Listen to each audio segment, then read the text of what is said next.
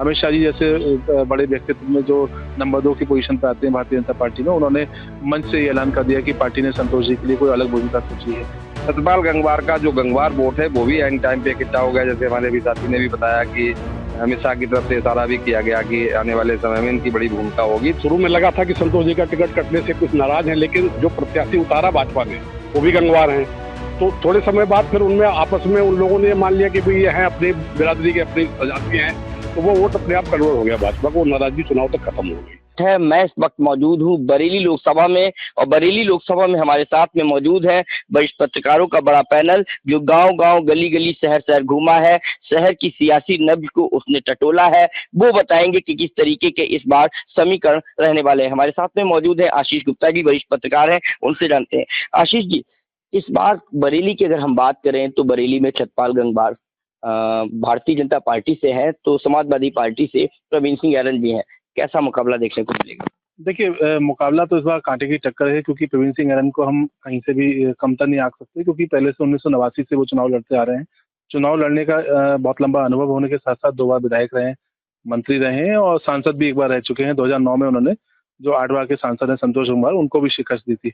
लिहाजा अगर चुनावी उनके जो अनुभव है उसको कहीं से भी कमतर नहीं आंका जा सकता। वहीं अगर बात करें हम सतपाल गंगवार की, वो भी लंबे समय से विधायकी के चुनाव लड़ रहे हैं, राज्य मंत्री भी रह चुके हैं।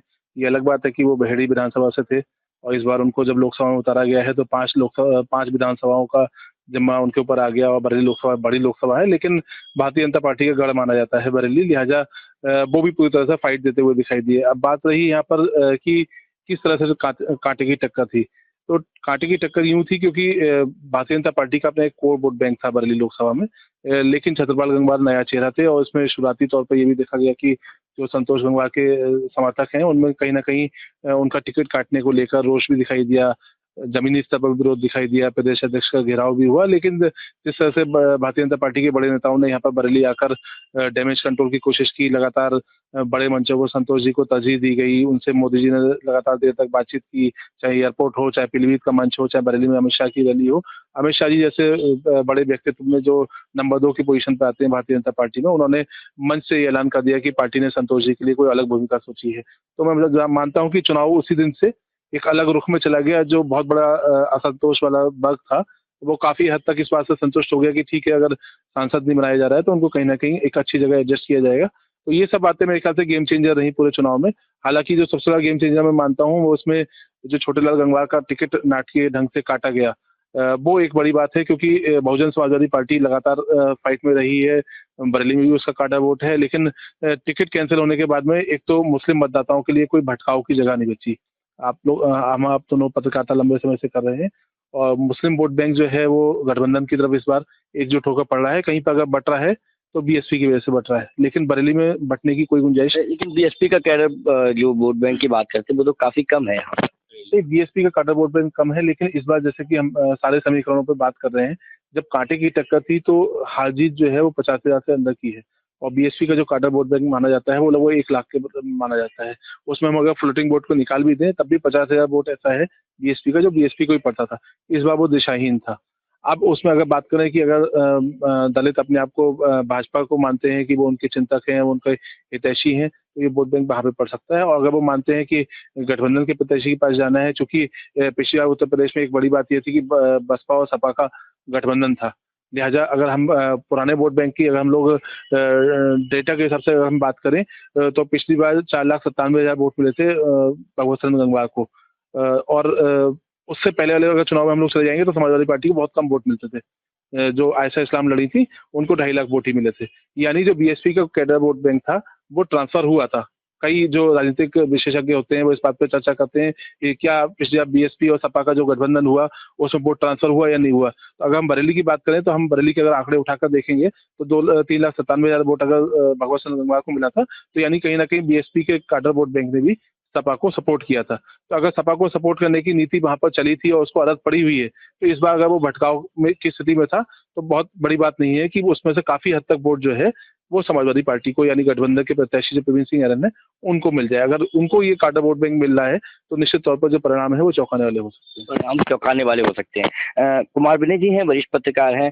विनय जी, आपसे जानना चाहेंगे, जिस तरीके से आप चुनाव वाले दिन जगह जगह गए, हर जगह आपने देखा वोटिंग परसेंटेज पिछली बार की अपेक्षा थोड़ा सा कम रहा, और जिस तरीके से लंबी लंबी लाइनें पहले देखने को मिलती थी, अगर हम जो मुस्लिम बाहुल इलाके हैं वहाँ की बात करें तो बहुत लंबी लाइनें देखने को मिलती थी, बट इस बार ऐसा देखने को नहीं मिला। दूसरी ओर प्रत्याशी हमारा भाजपा का चेंज है, संतोष गंगवार जो कि 8 बार के सांसद है वो इस बार नहीं है, तो क्या लग रहा है इस बार? देखिए, संतोष गंगवार 8 बार के सांसद हैं और ये बीजेपी की परंपरागत सीट रही है। ये बात बिल्कुल ठीक है कि संतोष गंगवार का जब टिकट कटा था उस समय जो उनकी बिरादरी है, जो गंगवार बिरादरी है, जो कुर्मी बिरादरी, उसमें असंतोष था। मगर वो असंतोष जैसे जैसे उसके बाद पार्टी ने जब निर्णय इस बात का लिया, सत्यपाल गंगवार को टिकट दिया, उसके बाद पार्टी के बड़े नेता, तमाम चीज़ें उनके बिरादरी के लोगों को समझाया गया। और मुझे तो जहाँ तक ज्ञात पड़ता है, जो मेरे अपने सूत्र बताते हैं कि भारतीय जनता पार्टी और सत्यपाल के लोगों ने इस तरीके से भी लास्ट में कैंपेनिंग की गई है उस बिरादरी के लोगों को कि अगर आपने कोई गलती कर दी या कोई नाराजगी व्यक्त कर दी और एक बार भी अगर सीट हमारी हार गई तो आने वाले समय में कोई पार्टी हमको टिकट नहीं देगी। तो मुझे लगता है कि बड़े नेताओं का यहाँ रोड शो, प्रधानमंत्री का रोड शो हुआ, अमित शाह जी की रैली हुई, योगी जी भी आए यहाँ कई विधानसभा, लोकसभा की कई विधानसभा सीटों पर। सत्यपाल गंगवार का जो गंगवार वोट है वो भी एंड टाइम पे इकट्ठा हो गया। जैसे हमारे अभी साथी ने भी बताया कि अमित शाह की तरफ से इशारा भी किया गया कि आने वाले समय में इनकी बड़ी भूमिका होगी। तो उन सब चीज़ों को देखते हुए बाकी जो शहरी क्षेत्र है और तमाम जो बीजेपी का वोटर था, वो चीज़ें वो लगभग उसी तरीके को देख रहा था कि कुर्मी वोट और गंगवार वोट क्या कर रहा है। जब उसमें किसी तरीके का भटकाव या बदलाव नजर नहीं आया है तो वो मुझे लगता है कि भारतीय जनता पार्टी को जो कैडर वोट है, जो बीजेपी को लगातार बरेली सीट पर मिलता चला रहा है, उसी तरीके से पोलिंग हुई है। जैसे शहरी क्षेत्र में कुछ समय व्यापारी वर्ग है, जो वैश्य वर्ग है, जिससे प्रवीण सिंह ऐरन भी आते हैं, जो सपा प्रत्याशी हैं, उन्होंने भी एक मैसेज इस तरीके का किया कि उनकी छवि ठीक नहीं सत्यपाल गंगवार की और इसीलिए वो 2022 का चुनाव भी हार गए।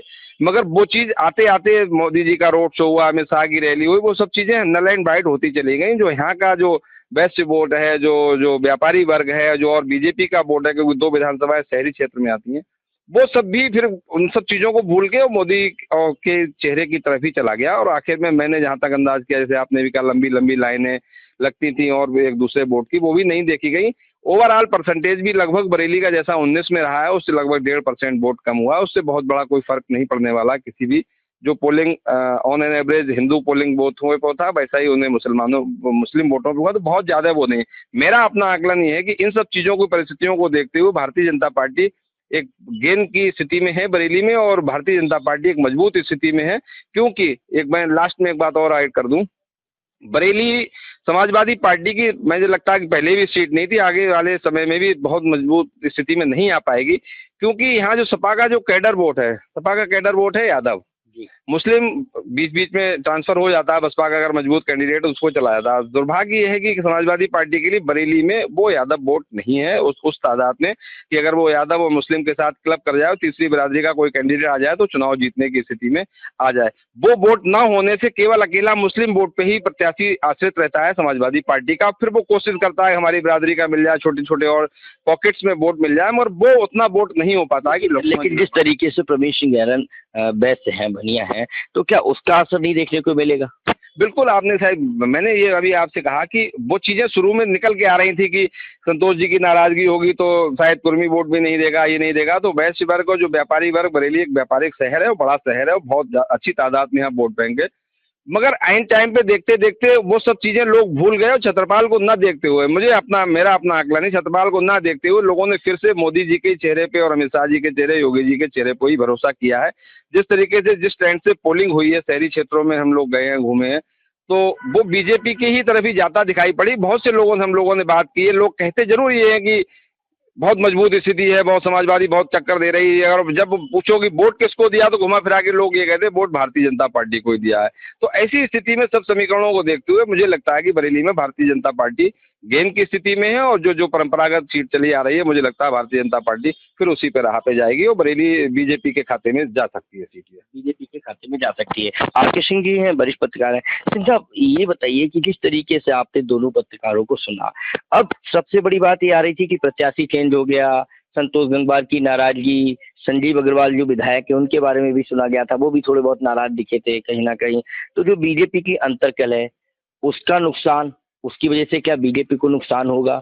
दूसरी ओर जिस तरीके से जो वोटिंग परसेंटेज है उसमें देखा जाए तो बहुत डिफरेंस नहीं है, क्योंकि 1.5 लाख वोटर भी बढ़ा था, तो पिछली बार की अपेक्षा देखा जाए तो लगभग सब ठीक बराबर पड़ेगा।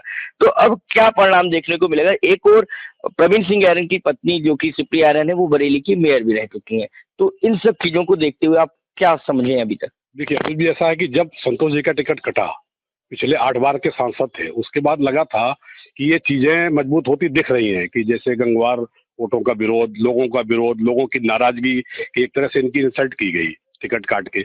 लेकिन जैसे जैसे चुनाव करीब आता गया, कैंपेन तेज हुई, मोदी जी की 2-2 जनसभाएं हुई, उनकी रोड शो हुआ और योगी जी लगातार 4-5 बार यहाँ आए। उसके बाद धीरे धीरे पोलिंग के टाइम तक वो चीजें सब पैचअप हो गई और लास्ट मोमेंट तक सबको यही लगा कि भाई मोदी के चेहरे पर हमें भाजपा को देना है और बहुत ही एक लंबे अरसे से मजबूत दुर्ग रहा है बरेली और फिर यहाँ भाजपा ही जीतेगी। जो जातिगत समीकरण है उनकी बात की जाए तो कुर्मी करीब यहाँ पर 5-5.5 लाख बताए जाते हैं, मुस्लिम भी बहुत आए थे यहाँ पर 6.5 लाख के लगभग हैं। तो अगर 6.5 लाख मुस्लिम हैं और उधर फिर कुर्मी बिरादरी है, तो क्या इन लोगों का जो कॉम्बिनेशन है ये मैच कर रहा है? देखिए, जहाँ तक कुर्मी मतदाताओं का सवाल है, शुरू में लगा था कि संतोष जी का टिकट कटने से कुछ नाराज हैं, लेकिन जो प्रत्याशी उतारा भाजपा ने वो भी गंगवार हैं। तो थोड़े समय बाद फिर उनमें आपस में उन लोगों ने मान लिया कि भाई ये हैं अपनी बिरादरी के, अपनी प्रजाति हैं, तो वो वोट अपने आप कन्वर्ट हो गया भाजपा को, नाराजगी चुनाव तक खत्म हो गई। रही मुस्लिम मतदाताओं की, तो वो मुस्लिम मतदाता वोट बैंक भाजपा के यहाँ कभी नहीं रहा है। संतोष जी के व्यक्तिगत संबंधों पर, उनके चेहरों पर थोड़ा बहुत वोट मिलता था, वो अब भी मिला है, लेकिन वो भाजपा ने उसको कभी काउंट नहीं किया। तो अगर मुस्लिम वोट चला भी गया है सपा प्रत्याशी को, तो उससे कोई बहुत ज्यादा फर्क नहीं पड़ता, लीड कम हो जाएगी और जीतेगी बीजेपी। ये बताइए क्या जो मुद्दे क्या रहे होंगे इस बार? जैसे राम लहर की बात की जा रही थी, राम मंदिर बन गया, तो राम मंदिर का मुद्दा जो है उसका फायदा मिलेगा बीजेपी को? राम जन्मभूमि जो मंदिर बन गया है, देखिए मुद्दे हम लोग अखबारों में, चैनलों में जब हम लोग बात करते हैं, चुनाव आता है तो जगह जगह जाते हैं, चाहे नगर निगम का चुनाव हो, विधानसभा या लोकसभा का, लोग बोलते जरूर हैं इस बात को कि हमारी नाली नहीं सही हुई है, बिजली नहीं है, रोजगार नहीं है, रोजिए नहीं है, वो नहीं है, मगर आज लास्ट तक आते आते लोकसभा के चुनाव में ये सब मुद्दे बहुत पिछड़ जाते हैं और आखिर में जाके जो पार्टी के जातीय वोट बैंक है, जो धार्मिक वोट बैंक है, जो बीजेपी का वोट बैंक है, जो समाजवादी पार्टी का वोट बैंक है, उससे कोई फर्क नहीं पड़ने पड़ता। मैं बहुत छोटी सी बात बताऊं, हम लोगों ने बहुत जगह चौपाल टाइप की है, उसमें लोगों से बात की तो कई वर्ग ऐसा नजर आया जिससे पूछा गया कि आपको क्या क्या मिला मोदी की सरकार में, उसको सब कुछ मिला मोदी की सरकार में, उसे आयुष्मान कार्ड मिला, मकान मिला, उसको सब कुछ मिला, मुफ्त राशन भी मिला, मगर जब वोट की बात की तो कहीं ना कहीं घुमा फिरा के बात मोदी की नाराजगी का ही उधर से प्रकट हुआ। दूसरी तरफ इस तरीके की बात आई, एक ऐसा भी वर्ग तैयार हो गया भारतीय जनता पार्टी का जिससे बात की गई महंगाई है, ये है, वो है, उन्होंने कहा कुछ भी हो मगर मोदी तो है इस देश में, मजबूत एक हमारा प्रधानमंत्री है, पूरे दुनिया में हमारे भारत का डंका बजाए हुए। तो इन सब चीजों में बंटता हुआ दिख रहा है, तो इसलिए मुद्दे, कोई लोकल मुद्दे या लोकल चेहरा कोई नजर नहीं आया, ना कोई प्रवीण सिंह ऐरन का चेहरा नजर आया, ना छत्रपाल गंगवार का चेहरा नजर आया। जो भी वोट पड़ा है वो मोदी के नाम पे पड़ा है, उधर समाजवादी पार्टी के नाम पे पड़ा है, अखिलेश यादव के नाम पे पड़ा है। तो लोकल मुद्दे शुरुआत में उठे थे कि ये नहीं है, रोजगार नहीं है, बरेली में इंडस्ट्री नहीं है, इंडस्ट्री बंद हो गई है, ये होना चाहिए, वो होना, ये सब चीजें कहीं बहुत पिछड़ गई। और सपा और कांग्रेस का गठबंधन है वो कामयाब नहीं होगा। गठबंधन है, बिल्कुल गठबंधन है, मगर आपको बहुत, आप बड़े वरिष्ठ पत्रकार हैं, आपको पता होना चाहिए कि मुझे लगता है कि पिछले 40 वर्ष से उत्तर प्रदेश में 35 वर्ष से कांग्रेस का कोई वोट बैंक यहाँ है ही नहीं। जब पूरे उत्तर प्रदेश में कोई वोट बैंक है ही नहीं है, जिसमें वोट बैंक 19 का आप याद करिए कि जिसमें वोट बैंक भी था, बहुजन समाज पार्टी का बहुत अच्छा वोट बैंक था और सपा बसपा का गठबंधन होने के बावजूद भी समाजवादी पार्टी केवल 5 सीटें जीत पाई। वो वोट बैंक भी साइड ट्रांसफर नहीं हुआ और बहुजन समाज पार्टी, आज कांग्रेस के पास बताने को कुछ है ही नहीं कि हमारा क्या वोट बैंक है, कौन सी जाति, कौन सा धर्म, कौन सा पॉकेट उनके पास है। तो उनके गठबंधन होने से थोड़ा राजनीतिक तौर पे तो हो जाता है दिखाने के लिए हमारा गठबंधन है, महागठबंधन है, हम तमिलनाडु में इनसे जुड़े हुए हैं, ममता बनर्जी से, मगर यहाँ बरेली में, उत्तर प्रदेश में बहुत मुझे लगता है इन सब बातों का कोई फर्क नहीं पड़ने वाला है और भारतीय जनता पार्टी बरेली में फिर से एक बार मजबूती के साथ चुनाव लड़ी है और शायद चुनाव फिर बरेली में बीजेपी की तरफ ही जाता दिख रहा है। गुप्ता जी, आपसे ये जानना चाहेंगे, 2009 की बात करें तो प्रवीण सिंह ऐरन ने संतोष गंगवार जी को हराया था, वरिष्ठ सांसद थे, उनको हराया था। इस बार तो संतोष गंगवार नहीं है, तो कहीं ना कहीं ये माना जा रहा है कि भाजपा की तरफ से कमजोर चेहरा था, तो उसका फायदा भी प्रवीण सिंह ऐरन को मिलेगा।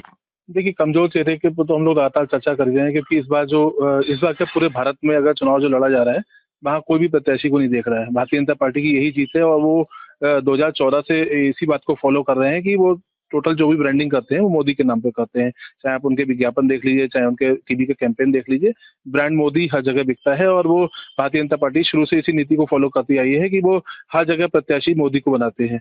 आम जनता से अगर हम लोग बीच में गए थे, उनसे हमने बात की थी, तो उन्होंने कहा था कि प्रत्याशी जो भी हो, हम तो मोदी को वोट देंगे। इस तरह की बातें हमें प्रतिक्रिया जो कोर वोटर है भाजपा का, वो हमेशा एक बड़ा वर्ग जो होता है, जो पढ़ा लिखा वर्ग होता है, जो थोड़ी बहुत चर्चा करता है, जिसको हम फ्लोटिंग वोट बोलते हैं, वो वर्ग जरूर मुद्दों से, स्थानीय जो मुद्दे होते हैं उनसे, या फिर जो प्रत्याशी होता है उसकी छवि कैसी है, कहाँ से आया है, स्थानीय है या नहीं है, इन सारी चीजों को प्रभावित करता है। तो मैं अगर आपको विधानसभा इसकी समीक्षा कर दूं, तो मैं आपको बता दूं कि भोजीपुरा विधानसभा जो आती है बरेली में, वो भारतीय जनता पार्टी इस बार लूज कर गई थी। शहीद इस्लाम वहां से विधायक हैं और वहां पर मुस्लिम जो है मतदाता भारी तादाद में है। तो बहुत संभव है कि वहां से जो भारतीय जनता पार्टी के प्रत्याशी हैं, उनको बहुत अच्छे परिणाम वहां से नहीं मिले। वहां पर हार का अंतर कितना ज्यादा होगा या कितना नेक टू नेक फाइट होगी, ये चुनाव परिणाम पर बहुत बड़ा प्रभाव डालेगा। वहीं बात करें अगर दूसरी विधानसभा मीरगंज विधानसभा की, तो मीरगंज विधानसभा लोक बाहुल्य विधानसभा है। डीसी वर्मा वहां से विधायक हैं, लगातार जीतते रहे हैं। हालांकि सुल्तान बेग भी जो विपक्ष के विधायक रहे हैं, वो बहुत मजबूत स्थिति में वहां पर रहते हैं, लेकिन माना ये जा रहा है कि वहां पर 40 से 50 हजार वोटों की लीड संतोष गंगवार लेकर आते थे। तो वो अगर कम भी हो जाएगी, तब भी 20 से 25 हजार की लीड जो है सत्यपाल गंगवार वहां से लेकर आएंगे। उसके बाद बात करते हैं हम नवाबगंज विधानसभा की। वहां का चुनाव परिणाम सबसे रोचक रहेगा, क्योंकि वो कुर्मी बाहुल्य विधानसभा है और वहां पर भगवत शरण गंगवार संतोष गंगवार के बाद सबसे प्रभावशाली नेता है। भले ही विपक्ष के हैं, वो कई बार विधायक रहे हैं, लघु उद्योग मंत्री रहे समाजवादी पार्टी की सरकार में। लोकसभा चुनाव हार गए थे। लोकसभा चुनाव हार गए थे क्योंकि मैंने इसलिए कहा कि संतोष गंगवार के बाद सबसे प्रभावशाली नेता है। लोकसभा चुनाव इसलिए हार गए थे क्योंकि संतोष जी के खिलाफ लड़ रहे थे, लेकिन इस बार समीकरण बदले हुए हैं। तो वहां पर भारतीय जनता पार्टी ने अपनी पूरी ताकत झोंकी, स्वतंत्र देव सिंह को वहां भेजा जो पूर्व प्रदेश अध्यक्ष रहे हैं। बड़ा कुर्मी चेहरा है, हालांकि कितने कुर्मी लोगों ने कुर्मी मानते हैं ये भी कई बार चर्चा का विषय बना रहता है, लेकिन